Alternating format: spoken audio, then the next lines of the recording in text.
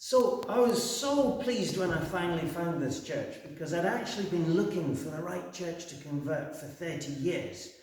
And not often you find a church, but it's not suitable because there's no parking with it, so the roads company won't let you keep a car there, or you can't get planning permission because it's got a graveyard.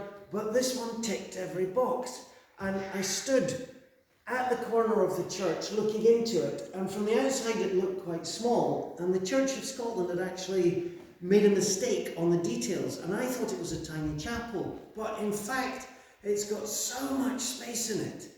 I couldn't believe it. I stood inside here looking with the expression of a teenage boy on a nudist beach for the first time, because there was just so much space. It had so much potential.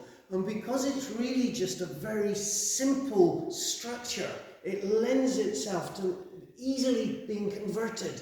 So I couldn't believe that after 30 years of looking, I thought I'd found the place. I was just so excited. But there was an awful lot of interest in it. Every man and his dog who lived locally, who wanted a bit of studio space or a yoga studio, was trying to get it. But equally, a lot of architects were like coming up from down south, and builders wanted to put in for a holiday home for it and so on. So I just basically made a decision that I was going to offer every penny I could afford to buy the place, and very luckily I got it. So I bought it about 5 years ago, but I couldn't come here immediately because my daughter was at school about an hour from here, and it was too far for us to commute. So we had a little flat in Kirkcudbright along the coast, and then as soon as she left to university, I came here, put in a static caravan, and I've been working on the place ever since. So far it's been removing things, like I took all the plaster work out, as you can see. That was a very dirty, dusty job. And this plaster's been here for 200 years, It's over 200 years, the plaster. The church was actually built in 1798, and it was extended and added to at different times.